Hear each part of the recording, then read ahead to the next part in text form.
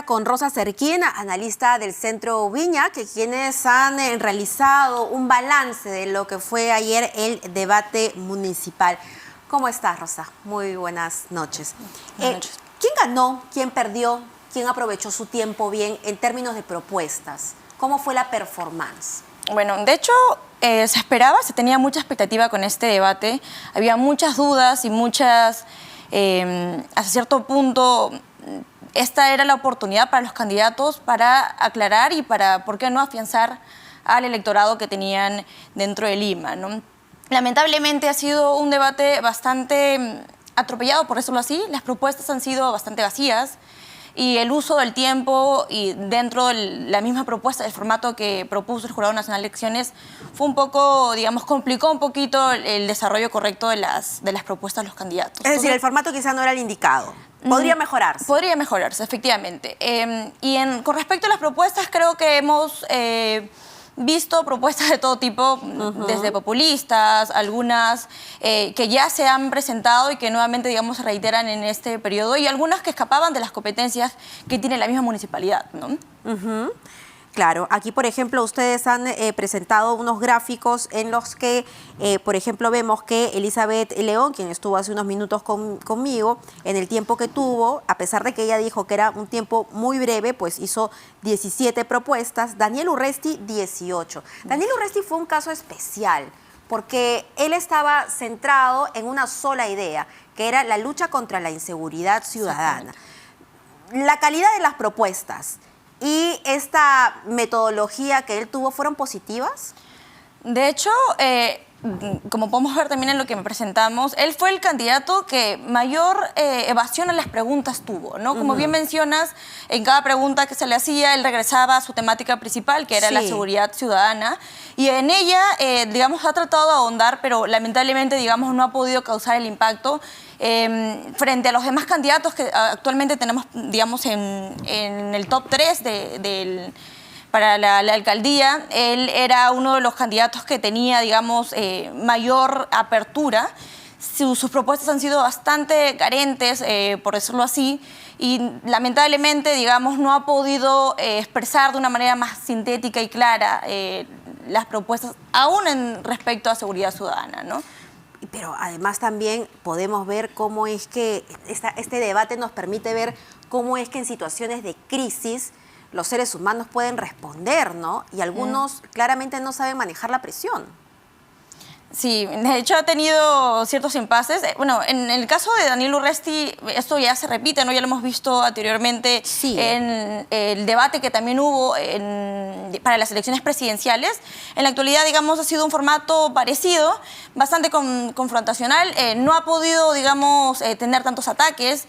De entre todos los candidatos es el que peor desempeño pudo tener, digamos, en comparación con Forsyth, quien sorpresivamente, digamos, vino un poco más preparado, sí tuvo mayor espacio, digamos, a cierto punto. Dice. Cierto Fue realidad. más preparado en esta oportunidad, sin duda. Ahora, hay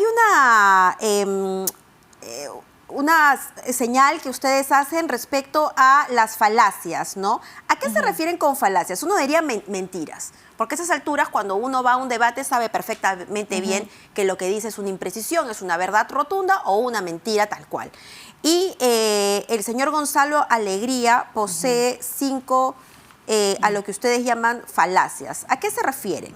Sí, bueno, hay de distintos tipos, ¿no? Está la falacia ad hominem, que es básicamente aquella, digamos, crítica que se le hace a cierto sujeto y se da por válido simplemente porque se dice, ¿no? La ad populum, que porque todos lo creemos válido, entonces es cierto.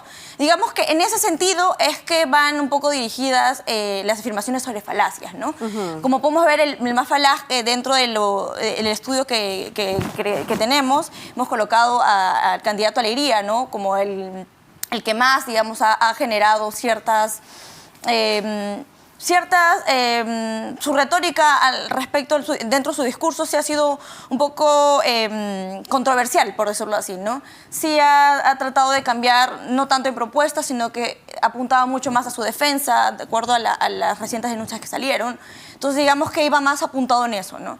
Y en definitiva, frente a los demás y frente al desempeño de los demás candidatos, sí ha quedado un poco más relegado, ¿no? En esos debates, quizá más que el fondo, que muchas veces, como bien lo ha señalado, es vacío, la comunicación es muy importante.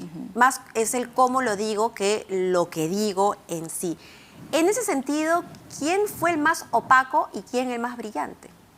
Creo que si podemos simplemente ver, no, como bien mencionas, no el fondo, las propuestas, pero el desempeño más en media training, podemos decirlo así, creo que efectivamente ha salido un poco mejor posicionado frente a los demás. George Forsyth, candidato, ha tenido mejor desempeño frente a los demás.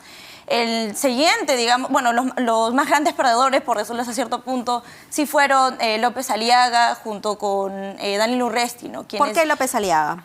No pudieron aprovechar una oportunidad tan importante, ¿no? Como ahora, ¿no? Él sí fue un poco más, no, menos confrontacional. Hemos visto que trató de apelar mucho al sentimiento, bastante al factor emocional, hasta cierto punto. Y sí ha podido, digamos, en ese lado, sí dar algunas propuestas, pero vamos a ver si en lo que queda de la semana esto se va a reflejar en las urnas, ¿no? Y las dos únicas mujeres que postulan a la alcaldía de Lima Metropolitana, ¿cómo evaluarías esta actuación? De hecho, lamentablemente fueron de frente a los demás candidatos que hicieron menor el uso de su tiempo, ¿no? Digamos, no pudieron... No lo aprovecharon. No lo aprovecharon, no tuvieron grandes oportunidades para, a pesar de que sí tuvieron propuestas, ¿no? No pudieron utilizar de manera efectiva, ¿no? el espacio que se tuvo para mostrar sus propuestas. Pero no es fácil. ¿Cómo debería en todo caso ser el formato? Porque de debate tiene poco, ¿no? Es cada uno hablando, no hay debate entre ellos, no hay un debate de ideas, sino más bien la lectura de una serie de cosas que supuestamente harían de llegar a la alcaldía. De hecho, se esperaba que en este formato de dúo haya una especie de debate, ¿no? Como hemos visto, no hubo debate, básicamente fue una especie de exposición. Hasta cierto punto no pudo haber contrapropuestas de las mismas propuestas que daban los candidatos. Entonces sí ha sido un poco escaso en ese lado, digamos.